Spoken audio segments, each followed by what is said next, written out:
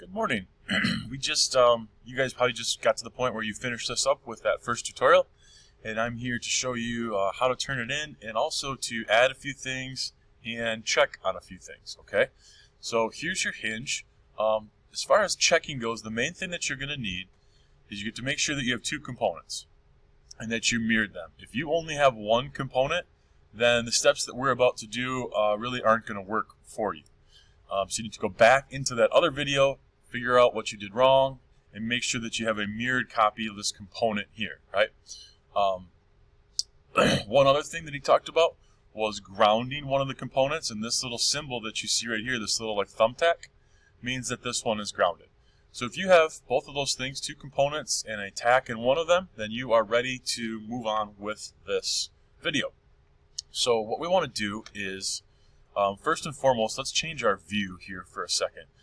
Right now this is okay, but what I'd rather see is kind of this backside back here. So I'm going to flip it all the way to that corner so that I can see this. I want to be able to see the little shaft that you extruded and then this hinge kind of sitting on top of that. And so this is the angle we want. And yours might not line up with the right here and the back here, that's fine. But just kind of orient your drawing so that I can see this end of the hinge setup, all right? Now, last thing we want to do is we're going to add our name into this as a little engraving. And so what you want to do is we're going to hit create a sketch.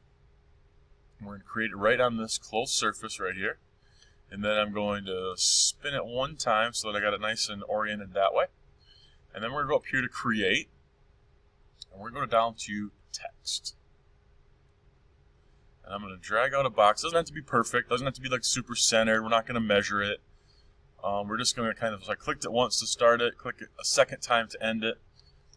And I want you to put your name in it. It can be your first name, you can do initials, you can do your last name, whatever you'd like. You can mess around with any font you want. None of that matters to me, that part.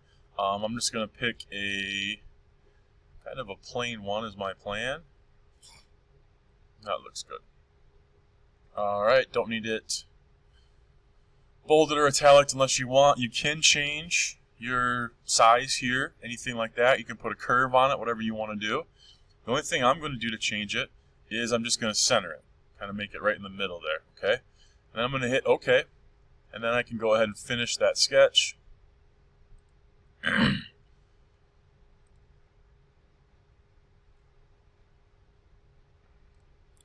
I want to get back to my other side here.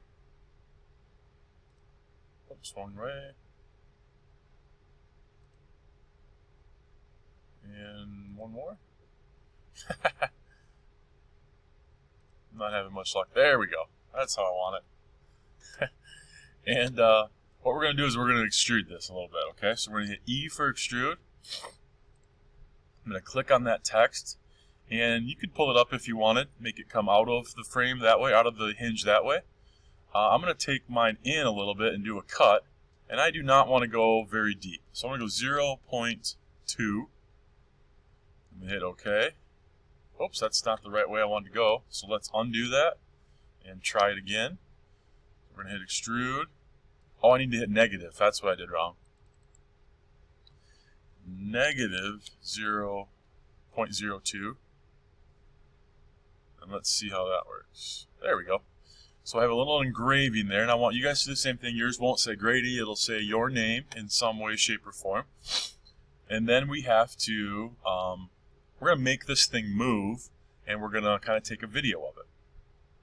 And so what we're going to do is you should have one up here where it says joints. Okay, we're going to hit the arrow to drop this down, and we have the revolve thing right here.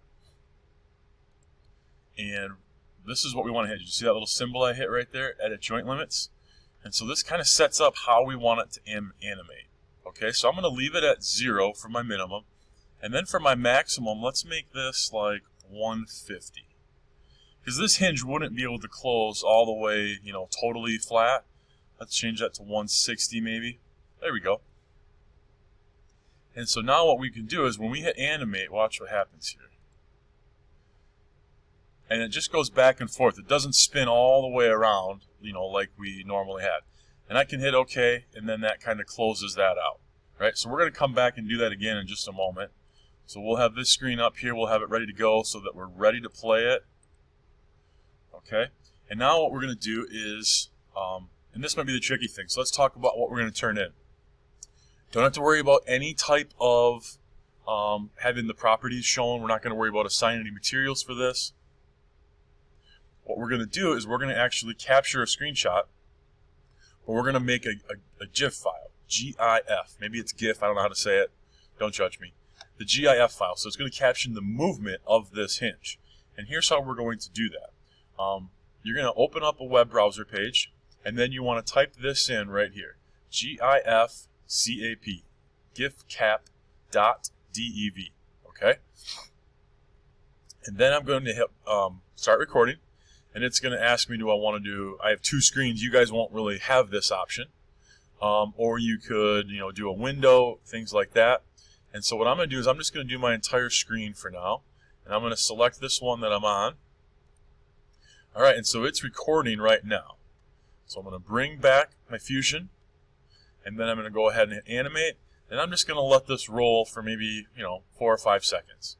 So it's capturing all this thing moving, showing this end of the hinge, and then I can hit stop on this, and I can hit this little tab down here, stop sharing. And if I go back to this screen now, you can see that it's kind of creating this video that I did. Now, I recorded some things that I don't really care about. In the beginning here, I'm going to go ahead and pause this. In the beginning, I had all this stuff on here where it wasn't moving yet. So I'm sliding this up to basically crop it. And I'm going to go until it starts moving. So right there, then I'm just going to go back a little bit, maybe right about there.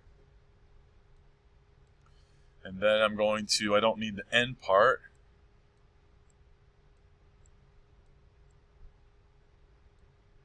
Really doesn't even need to be that long.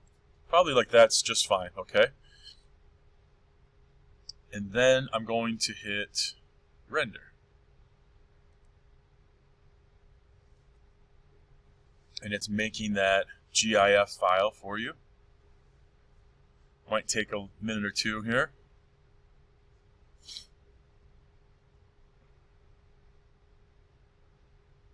And you can see mine is just 11 seconds now.